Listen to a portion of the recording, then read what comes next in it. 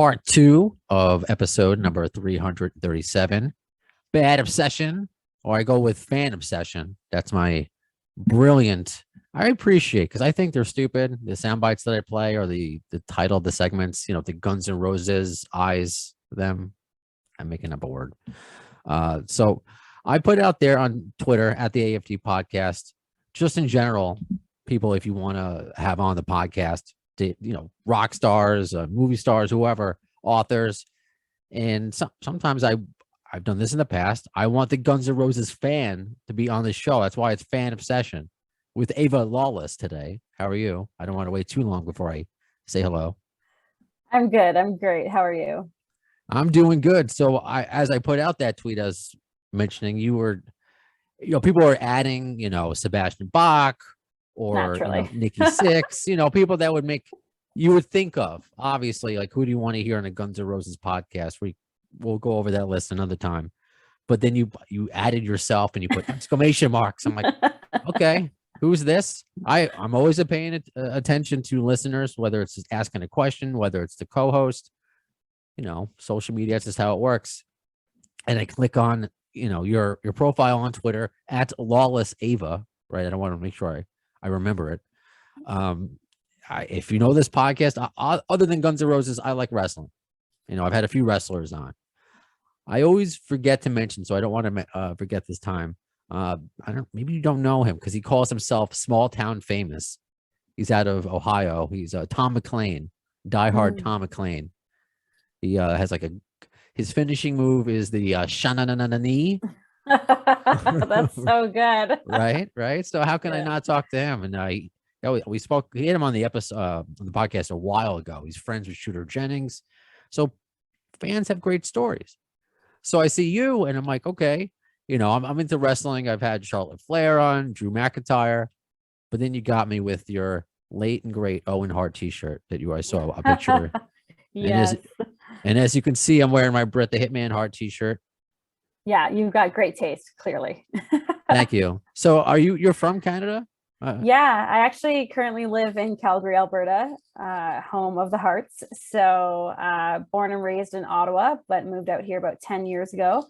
And I had to be where the best wrestlers are from, Oh, that's cool. That is cool. I spent some time in Canada. I've been to Ottawa. Mm-hmm. I haven't been as far out as Calgary. I do have a Flames jersey somewhere. Well, you're missing out. You definitely have to visit. It's beautiful out here.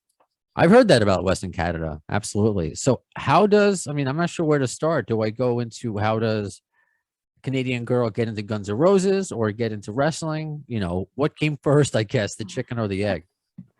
I think, I got into wrestling before Guns N' Roses because I got into wrestling when I was like 7 or 8 years old. Okay. But I was so excited to do this because a lot of the podcasts I do are very wrestling centric, or sometimes they're horror movie centric because I have tattoos of horror movies. Nice. But this gave me the opportunity to really be a fan, So I think we should start with Guns N' Roses. I have a feeling. Okay, good. So no, I appreciate you letting me know because I could talk about horror movies as well, wrestling. So let's focus what you're here for, which is Guns N' Roses. What are they, your favorite band, or are they just one of? What made you so excited to want to, be on a podcast about GN'R? I have to say that they are by far in the top 5, but they do take number 1. So I have a lot of bands that compete in that top 5, but Guns N' Roses always lands at the top for me. So I think I just got so excited to talk about something else, to talk about something that's also so prevalent in my life that's not wrestling, because if there's anything that I love as much as wrestling, it's Guns N' Roses. Okay. So how did it get to that point? Because starting from, what is it, 337 episodes ago, 36 episodes ago, where my former co-host, still current friend, Ian Scotto, that's how the podcast started, the origins, talking about why we got into this band. And over the course, talking to fans, whether they knew them before they broke, or they found them Chinese Democracy era, and they only didn't see them until the reunion. So where did you find Guns N' Roses? How does your GN'R story go? I think, I am too young to have seen them in their prime, but It started when I was around 12 or 13. Of course, I knew like a few of the popular hits, so Sweet Child of Mine and Welcome to the Jungle. But I remember I was given the Live in Tokyo DVD when I was 12 or 13. And I went home and I watched it, and my mind was blown because I was like, well, first of all, Axl's shorts are so tiny in that concert. But also like they just exuded this, like, people want to lump them in with like metal or rock or whichever, but they kind of exuded like this punk rock element where they didn't care about anything. They went on stage and did just the absolute most, and they didn't care what anyone thought of them, and they were always having a good time, and they were so utterly talented that I just felt captivated, and by like everyone, you know. There were years where I was like, I don't know who my favorite member is, because I was constantly juggling that too. So I think after I saw that DVD, I just went into this huge deep dive into a love for Guns N' Roses. And I remember I went on eBay and I found like over 100 like magazine clippings of Guns N' Roses, and I bought it. It was $1 on eBay. Shout out eBay. And my walls all throughout high school were just covered in Guns N' Roses posters, magazines. I had like that action figure of Slash. So like, you name it, I probably had it. I love that. I tried to do that. That's something I haven't spoken about in the podcast. I'm glad you brought it up, because it's a common theme when you decorate your room. Obviously, if you're watching this on our YouTube channel, I've slowly but surely decorated my apartment as I've been feeling my quarantine since the world changed. But go back to it, the room I'm growing up in, I always thought it was the coolest look to have magazines all over the walls, and the ceilings and everything. I tried to do that, but I think I gave up halfway through a wall. It's a lot of work, isn't it? It isn't, unfortunately, when I was a little girl, my dad had painted my room pink. And I was never a pink girl growing up. So it kind of had an ulterior motive where it was like, I wanted to show my taste in music, and I also wanted to hide as much of the pink as possible. But yeah, there wasn't just Guns N' Roses, but I would say it was probably 80% Guns N' Roses. Well, Bret Hart made pink cool first, by the Absolutely. way. I don't hate on it now. Don't worry about it, but yeah. Just so I don't forget, just out of curiosity, who are your top 5? As you've mentioned that GN'R solidified your number 1, but yeah, it's the same thing for me. I feel I have my top 5 or top 10 Movement, but not with GN'R. It stays there. Yeah, they're solidified. For the rest of my top 5, I have probably Wasp in there. And then the Sisters of Mercy for sure. Oh boy, I probably would put, like, if you could group them together, Misfits and Danzig. Like, okay. I'll take it. They're not the same, but I love them both so much on such a different level that I'll just combine them if I can. And then I'm missing one. It's probably like either Metallica or Faith No More. There we go. Okay. There we go. Yeah. All right. I'll take it. I mean, there's no right or wrong here. These are your quote unquote. I mean, that's the beauty of music. You don't really like we used to have to do on MySpace. I don't think you're too young for that, right? Yeah, of course I remember MySpace. Okay. Top 8. The top 8 when you just had to rank your friends, just messed up. Yeah. So you don't have to do that. No. Even on here, if Guns N' Roses happens not to be your favorite band, I'm not going to get offended by it. It's fine by me. Fortunately, they are. But before I forget, I have one of my cats, Blackie. He has no Blackie Lawless. Blackie Lawless is his name. Blackie Lawless.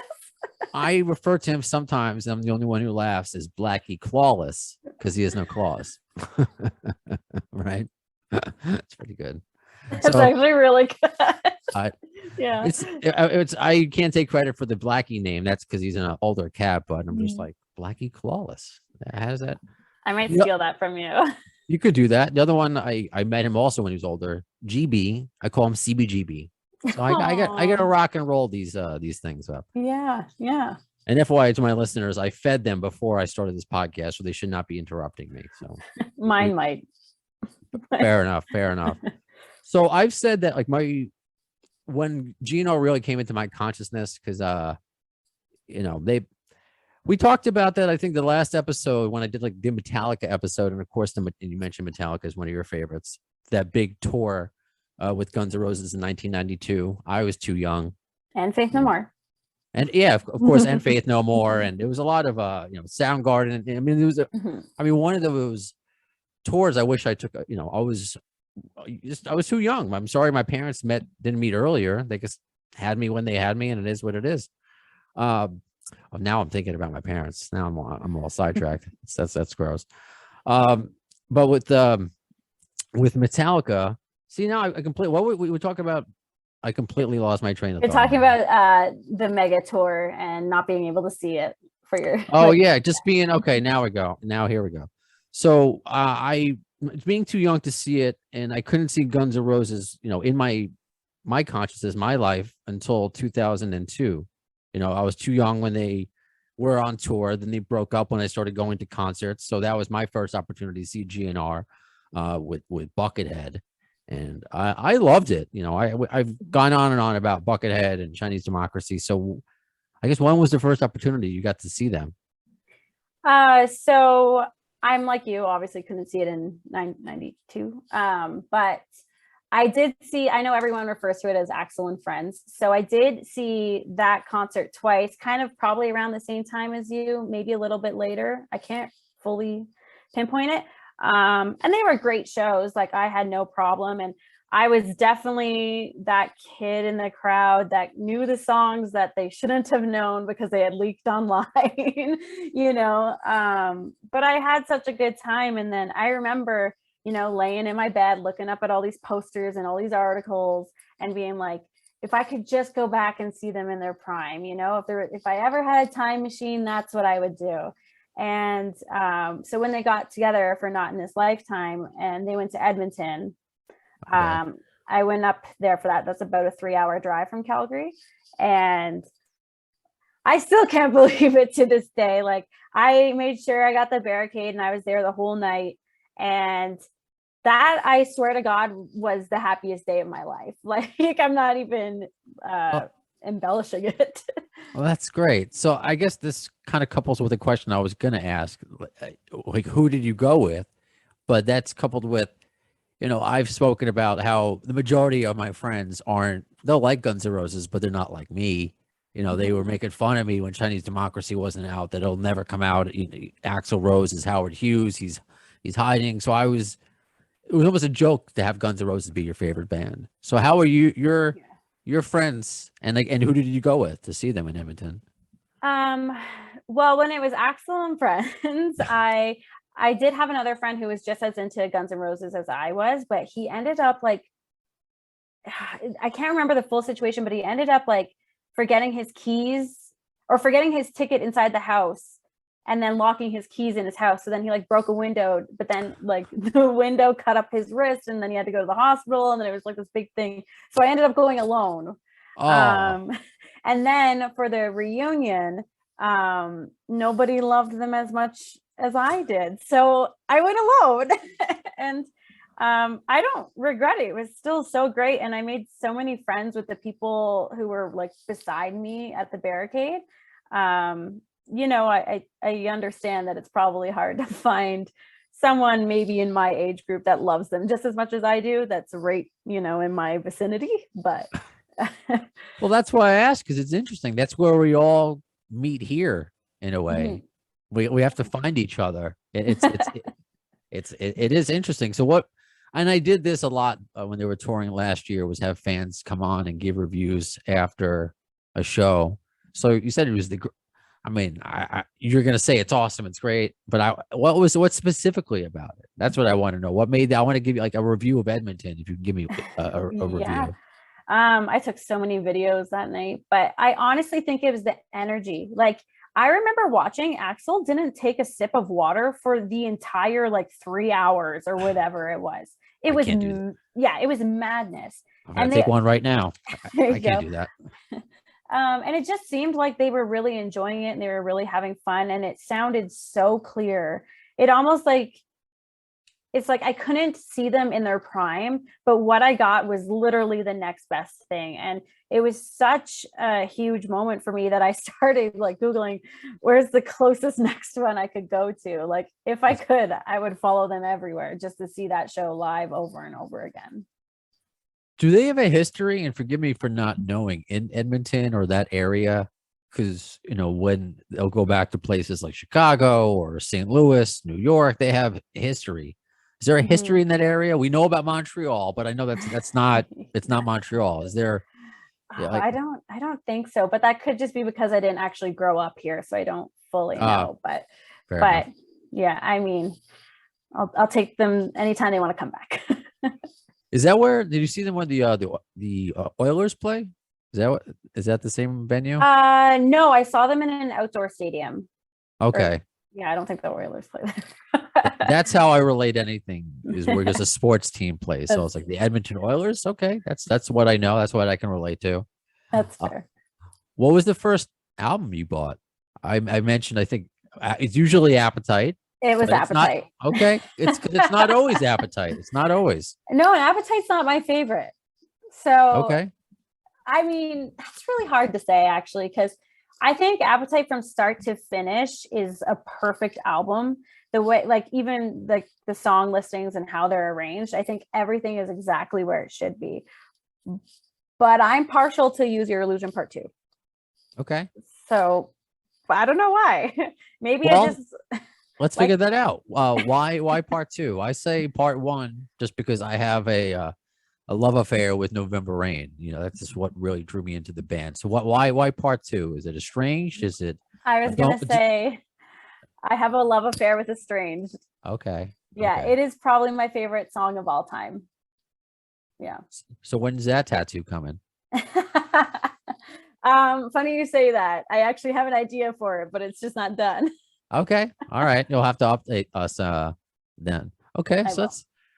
What about did you get any musical influences from, because we all spoke about that. I got a lot from, because I'm the oldest of I have the older brother, so I'm the oldest. I got it from my dad, like Zeppelin and the Beatles and the Doors, and so GN'R was closer to my age, but I was already into rock. So how did you have like older siblings or friends or your parents? Like who pushed you along this path?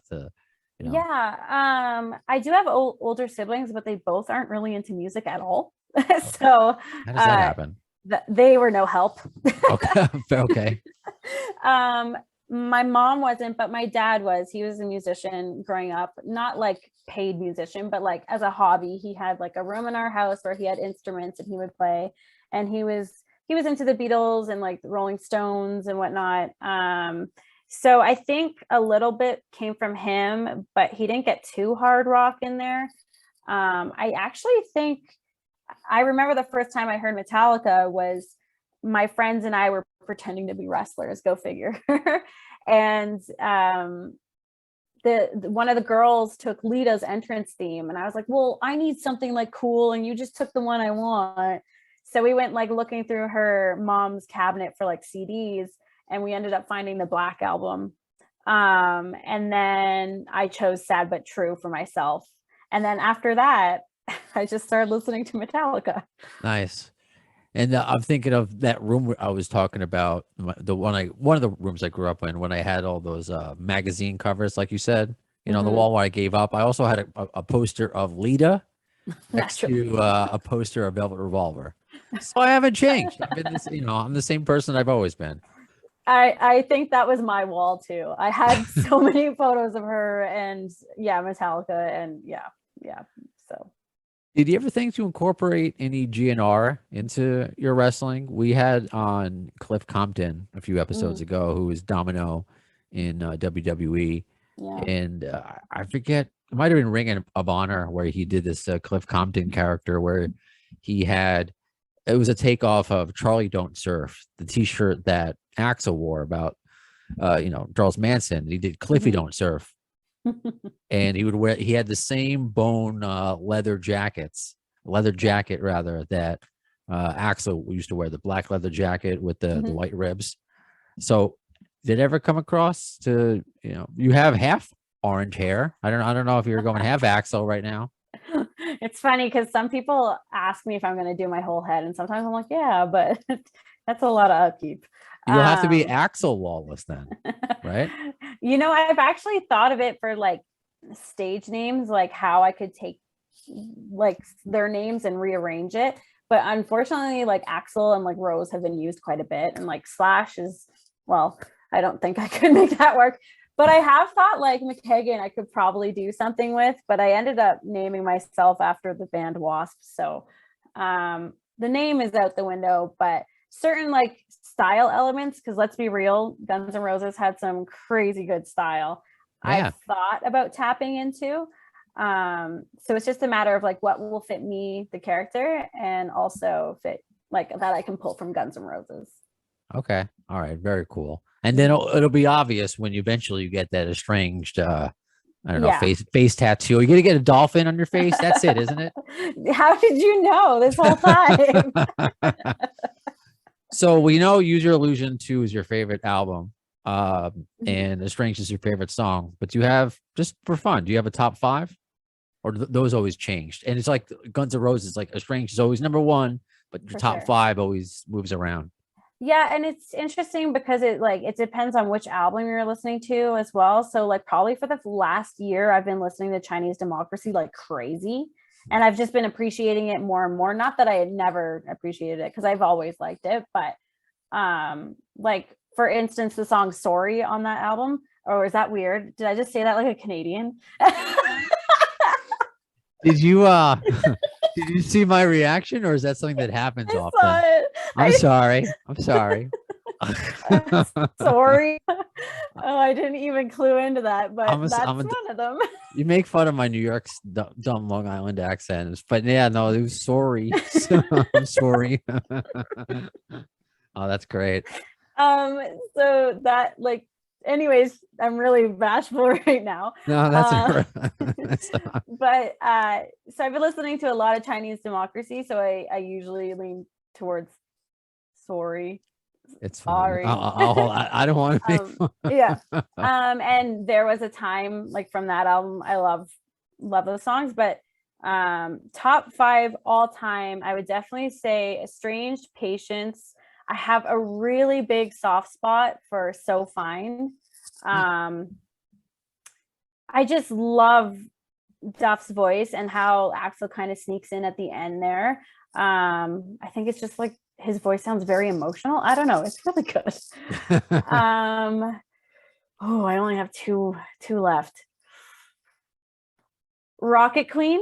Okay.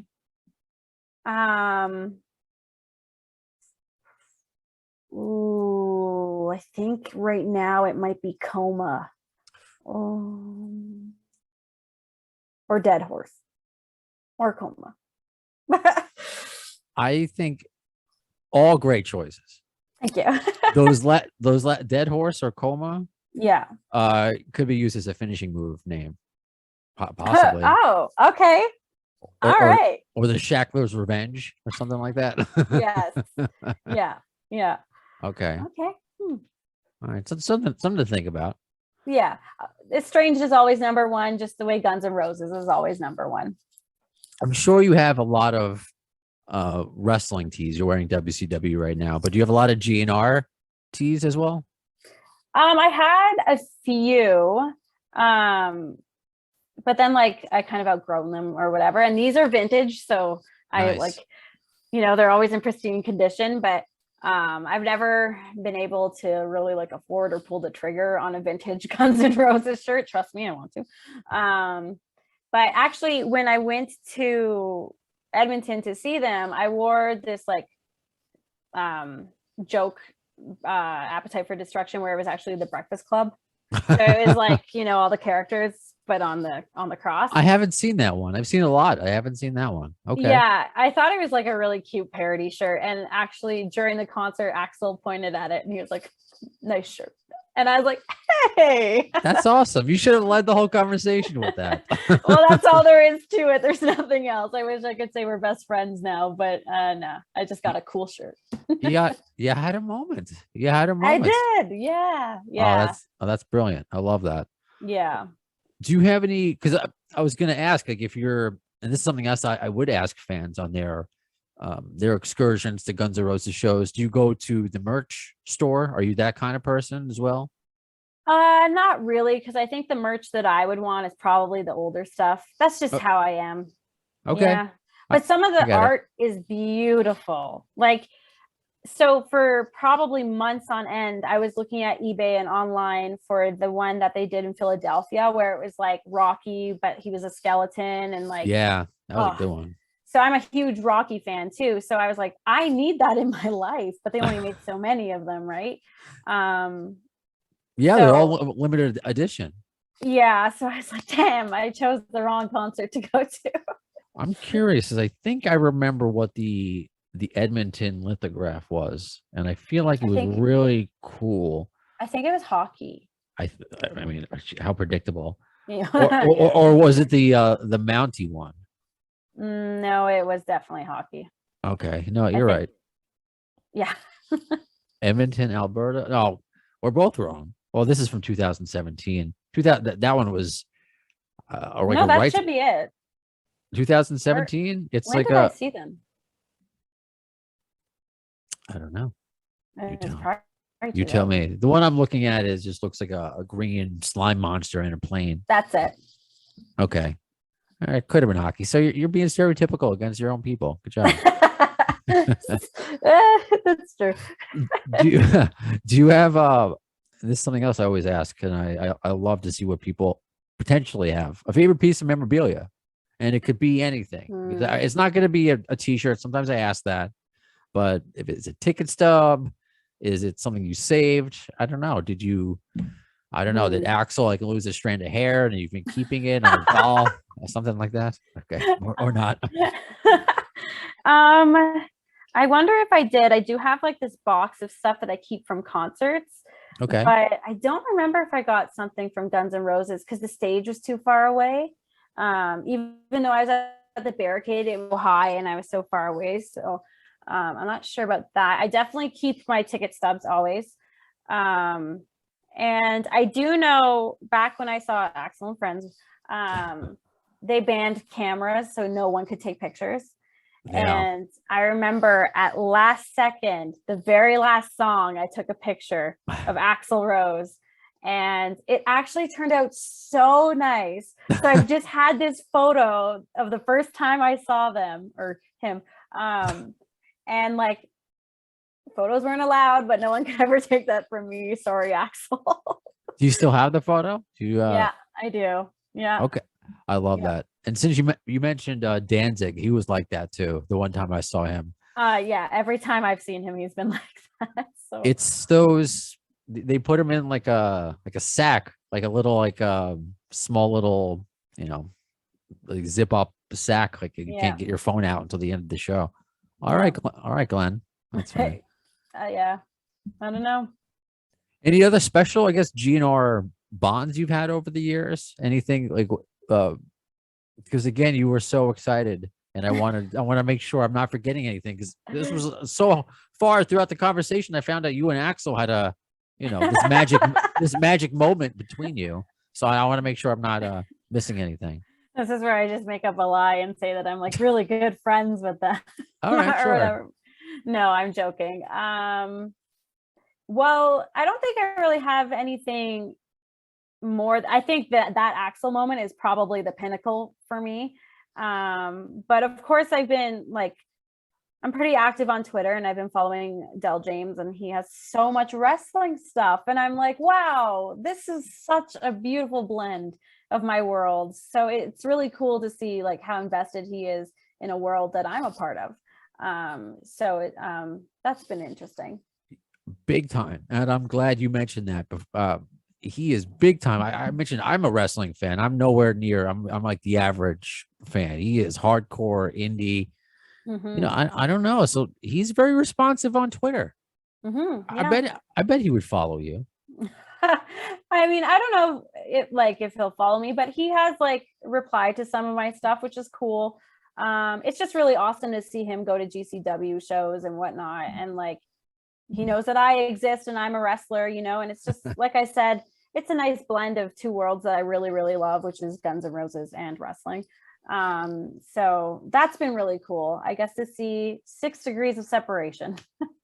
Yeah, 6 degrees of GNR bacon. That's what I call it on this podcast. Yeah. Oh, I love it. Absolutely brilliant. Are you expecting, just as a fan, are you expecting, what did you think of Hard School and Absurd? I'll nerd out with you for a little bit. What do you think of the new stuff? I know definitely with Hard School, when I started it, I was like, okay, all right. And then when I revisited it, I was like, oh, no. This actually makes a lot of sense. Like, and I really took the time to like isolate Axl's vocals and like sit with it. And I was like, no, this is what I want from Guns N' Roses. So I ended up being like pleasantly surprised by it. Like sometimes, like first impressions aren't everything, like the first time I heard the Smiths, I was like, what is this? And now I'm like, oh, okay, the Smiths are fine. But yeah. Yeah. And absolutely. I've mentioned it took me 3 times to listen to Chinese Democracy, the record, to really like, for me to digest it all. Like it was just so much. So yeah, definitely first listen. With all the layers Axl puts on stuff, I mean, I still have fans saying like, do you like finding new things in songs? He gets totally. It's part of one of the reasons why we love the maniacal maniacal genius that is Axl Rose. And I think like when it comes down to like talented musicians of our time and whatnot, and Slash always gets credit as being this obscenely good guitar player, but like Axl's songwriting is really, really incredible, and his vocals are incredible, but sometimes I feel like there's such simple phrases that he can put together that make such a beautiful like sentence, and I'm like, wow, like this guy does not get enough credit for the genius that he is in songwriting. Okay, do you have a favorite lyric? Is it in Estranged? Oh, that's hard. I feel like it's probably Impatience. Okay. But maybe it's an Estranged. There's no right or wrong, It's really hard to think of it right now on the spot, because I was listening to them probably like 2 weeks ago, and that's when I came to the thought where I was like, oh, this lyric is so good, but now I can't remember what song it was. All right. So just make sure you give it plenty of thought before you get it tattooed. I will. That's all. Well, I appreciate you coming on and wanting to talk about Guns N' Roses and geek out. I don't know, putting this out into the universe. It's not so much a homework assignment for you, but it's more into the universe. We got to find out if Bret Hart is a Guns N' Roses fan. Oddly, I could probably find that out pretty easily, I think. So I'll circle back. If so, with that 6 degrees of GNR bacon, you could be my co-host to potentially interview Bret Hart if you were to agree to do this and talk about Guns N' Roses and music. Maybe he's tired of talking about wrestling. Well, we could talk about that too, but I don't know. I was putting that out there. So I'm sure it's not going to happen, but tag me in. Okay, fair enough. Well, thank you, Ava. This was a lot of fun, and I'm sure we'll do something again. Thank you so much.